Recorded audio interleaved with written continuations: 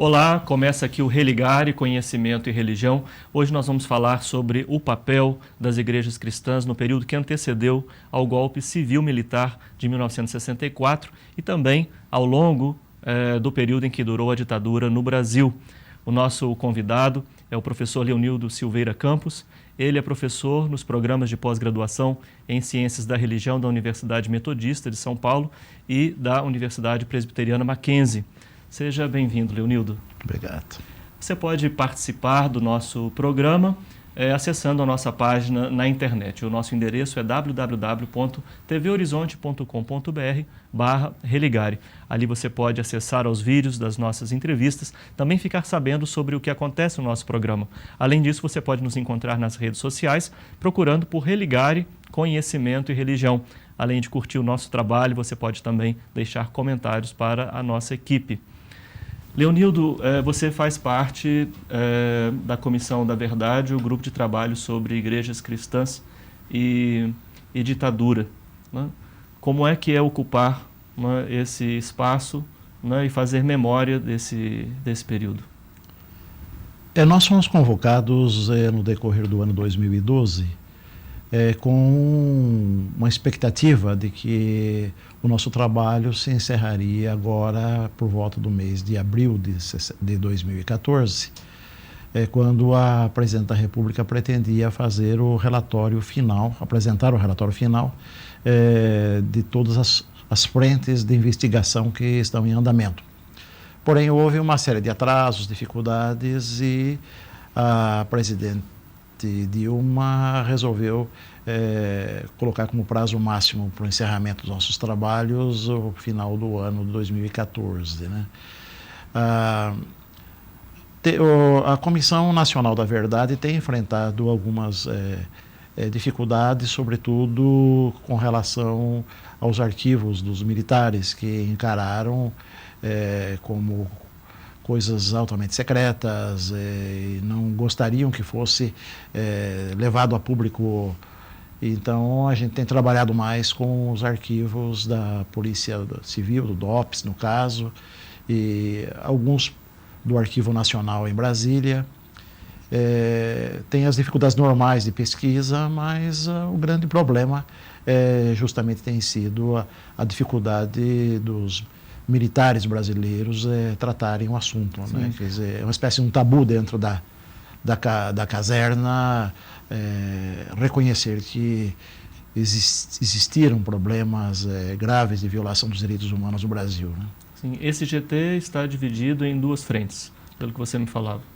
Exatamente.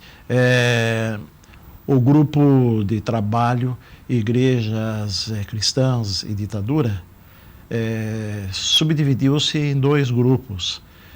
Um grupo faz parte o padre historiador Beoso, José Oscar Beoso, a Ivone Guevara, Julianelli, do Rio de Janeiro, e alguns outros historiadores que se dedicaram, se debruçaram mais ao campo católico. E tem feito um trabalho muito bom esse grupo. O outro grupo, um pouco menor, se dedica especialmente às igrejas evangélicas no Brasil, né? Além de você, quem mais tem participado? No grupo dos evangélicos, eu participo, também o professor Zuínglio Mota Dias, da Universidade Federal de Juiz de Fora, também a professora Magali Cunha Nascimento, que é da Universidade Metodista, onde eu trabalho, e também o Daniel Smith, um metodista, e o coordenador praticamente desse subgrupo é o Anivaldo Padilha, Sim. Que foi preso político, esteve exilado muitos anos e é o pai do ex-ministro da Saúde, o Alexandre Padilha, que no momento é candidato a governador no estado de São Paulo. Né? Qual foi o papel das igrejas cristãs, na sua leitura, naquele momento que antecedeu ao golpe civil-militar de 1964? O clima nas igrejas cristãs apoiava, né, aqueles movimentos favoráveis ao que veio a ocorrer em 64? Na verdade, houve uma divisão muito grande na sociedade civil brasileira com respeito, e nos quartéis também, com respeito ao que eles achavam que seria a penetração do comunismo no Brasil. E as facções, as duas facções, acabaram se dividindo na sociedade como um todo. Inclusive, as igrejas também, houve divisões internas, né? Mas o pêndulo acabou acompanhando a maioria da população brasileira, que sentiu-se realmente amedrontada com os riscos de reformas propostas pelo governo Jango Goulart e o medo que os comunistas assumissem o poder no Brasil, né?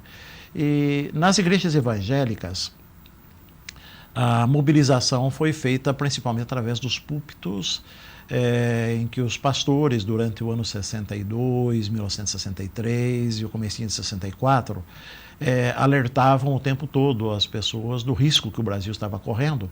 E dentro de uma tradição protestante, insistia-se muito com o pessoal para que fizessem orações, vigílias. E uma dessas foi convocada pelo Enéas Tognini, um pastor batista de São Paulo, que depois se transformou num pastor batista renovado, uma ala mais pentecostalizada dos batistas no Brasil. Ele convocou para o dia 15 de novembro de 1963 um dia nacional de oração e jejum. E milhares de igrejas e templos abriram as suas portas das 6 da manhã até as 10 da noite, em que as pessoas se revezavam em preces contínuas para que Deus libertasse o Brasil do rigor do risco do comunismo, né? E esse grupo volta a se manifestar depois no dia 21 de abril, quando uma foi outra feito, data cívica, né? Outra data cívica, que foi feito também um dia nacional de oração e jejum, de agradecimento a Deus, porque Deus teria ouvido as orações do povo evangélico brasileiro e teria providenciado o golpe de 31 de março de 64. Né? Sim. Que, na verdade, foi um golpe dado de 1º de abril. É que ninguém iria acreditar num golpe que começasse dia 1º de abril. Né? Aí marcaram para o dia. Marcaram para o dia anterior. Na Igreja Católica, houve uma grande mobilização através dos púlpitos e também das atividades normais da igreja, mas o grande evento foram as marchas da Família com Deus pela Liberdade e também desfiles com terços em que as pessoas pediam a Virgem Maria, a Nossa Senhora Aparecida, que evitasse que o Brasil se transformasse num país comunista, né? Curiosamente, muitos protestantes evangélicos participaram da Marcha da Família com Deus pela Liberdade, e Roberto Dreyfus, um cientista político uruguaio que viveu muito tempo no Brasil, escreveu um livro muito significativo sobre a conquista do Estado pelos militares. E nesse livro ele faz referência ao financiamento das marchas da Família com Deus pela Liberdade, sim, dizendo que foi dinheiro da Central de Inteligência norte-americana, que foi carreado através de uma organização protestante que atua no Brasil, chamada sim, Associação Cristã de Moços, e que essa Associação Cristã de Moços repassa o dinheiro para os leigos católicos para financiarem as marchas. Então houve uma grande mobilização. Sim, o que alimentou essa mobilização? Qual que era o medo real? Existia uma ameaça eu acho da que revolução? Um pouco existia a ameaça, e o pessoal, muitos comunistas que estavam ao redor do Jango Goulart, esperavam também que a situação caminhasse favorável a eles, né? E acreditavam que uma grande parte do povo brasileiro iria optar pelas reformas propostas pelo Jango Goulart. Agora, a classe média baixa, e muitos dessa classe média baixa estavam envolvidos com as igrejas evangélicas. Eles eram pessoas que tinham tido já uma espécie de uma ascensão social, e pela primeira vez esses indivíduos tinham a sua casa para morar, tinham o seu carrinho, seu Fusca, que tinha começado a ser montado no Brasil em 1961. Eles se sentiam privilegiados e, diante disso, instalou-se o medo de que um regime comunista no Brasil tirasse deles as posses e dividisse de uma forma igualitária entre os pobres todos, né? Então, para essa classe média-baixa foi uma ameaça muito grande, o risco de uma comunização no Brasil, né? Um clima de pânico, assim, quase que um clima de pânico, né?